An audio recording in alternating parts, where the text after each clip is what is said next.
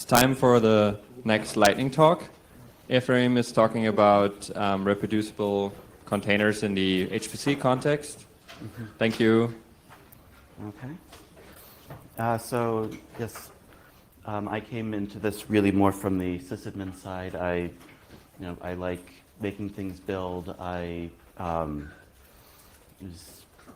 guess I work with the scientists, and so they have their software, and need to put it out there for the papers, for other things that they can go and point to and say, here it is. Here you can see my results. Okay, so I was home working, and so we got a new app that we were going to go and host on the website. It was being moved from old one to new one. So the old website was running on CentOS 5 with PHP 5.3, with Python 2.7, and another Python from the user's home directory, and Octave also from 2010, and just everything was from 2010. Just looking and thinking, Well tested. Well tested, of course.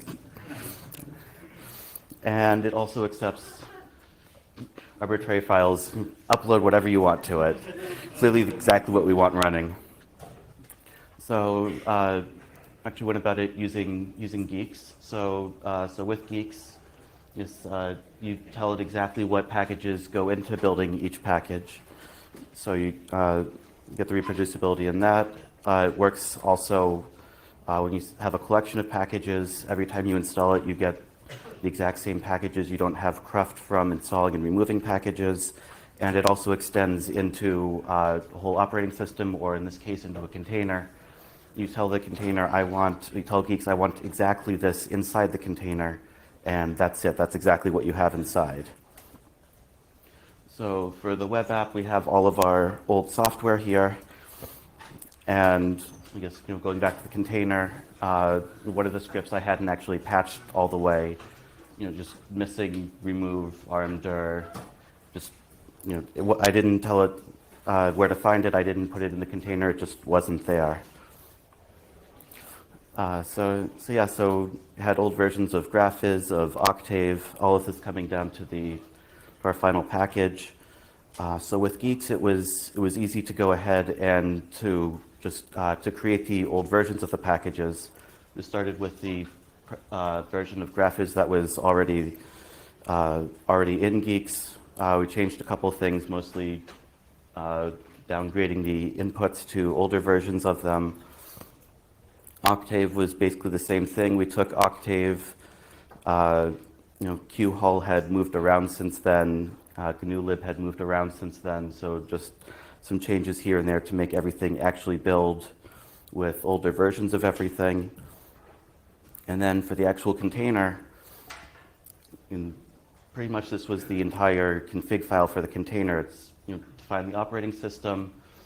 Bootloader doesn't matter, it's a container. There's no firmware, no packages, just the actual service itself and the DHCP client, so it can actually find the network that you give it. So the service gets fed a service type, a service configuration, which in our case was, you can't see the mouse. So here we just have the actual package that I built at the end.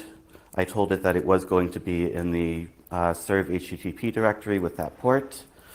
Our little activation script here really just says, before you start, go ahead and run these actions. So it was, if the directory exists, delete it, then recreate it, copy the stuff over, and it wants to write to the directory, so go ahead and make that available.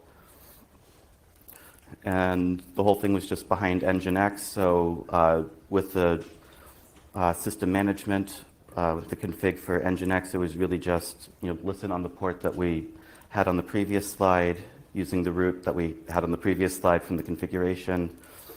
Then the service type down here is the one that we actually passed to the operating system config to make the container. We said, when you activation service type, when you start, run the script. You're using Nginx with the config that we have, and by the way, don't make sure that PHP FPM is running. Building the container was you just was with the system container command, you feed it the actual container file, and same serve HTTP folder directory that we had from before was actually mounted in the home directory, but we told the container, put it in that spot. I wanted the logs, and give it the networking. And then actually we're running on top of Debian, so we just used systemd to launch it. So we have the same command as before. We have full path to Geeks, but Geek system container, full path to the container itself. The same 2 shares. You need the path and give it the networking, and then just go ahead and launch it. The whole thing runs under the BNW user, so went and all the random files being uploaded were also owned by it. And as far as updating this, every now and then, just ran Geeks pull, which pulled in new versions of, not of say GraphViz or Octave, but new versions of PHP, new versions of Nginx, all the other packages that I didn't have to go and downgrade. And then restarting the service, it just goes and rebuilds the container itself, and it's there and available from the Debian host that this all was running on. We just went and said, point Nginx at port, what was it? It was 8880, and we got it from the outside. So then, at a certain point in the future, when it does go and crash, and we have to go and rebuild the software, we have another command I haven't listed here, Geek system list generations. What system? You can list the generations from Geeks pull, so it's Geeks pull list generations. You go back to the previous generation when it did work, restart the container again, and you're back up and running while you figure out, just what changed this time.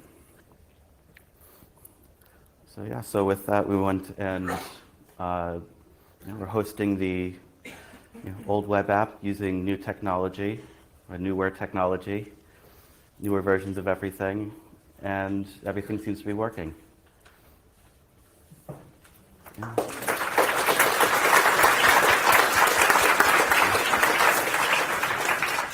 Thank you. Again, we have time for one question.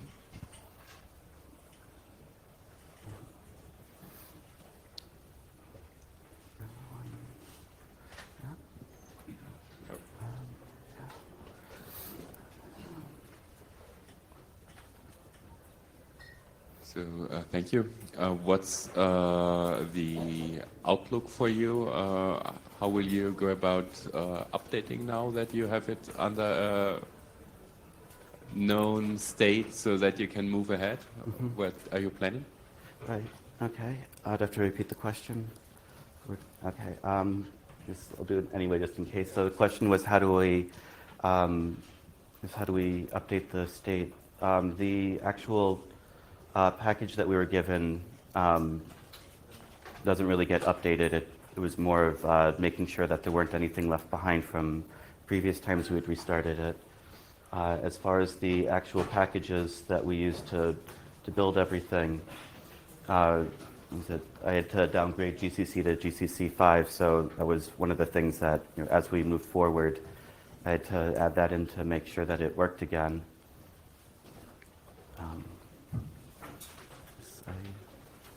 But yeah, I guess the rest of the dependency graph of everything that was running, more or less, because it's on top of Geeks keeps everything else up to date, and then I'm just locking these versions in at their old versions. All right. Thank you, Ephraim. That concludes our lightning talk. Yeah, please applause.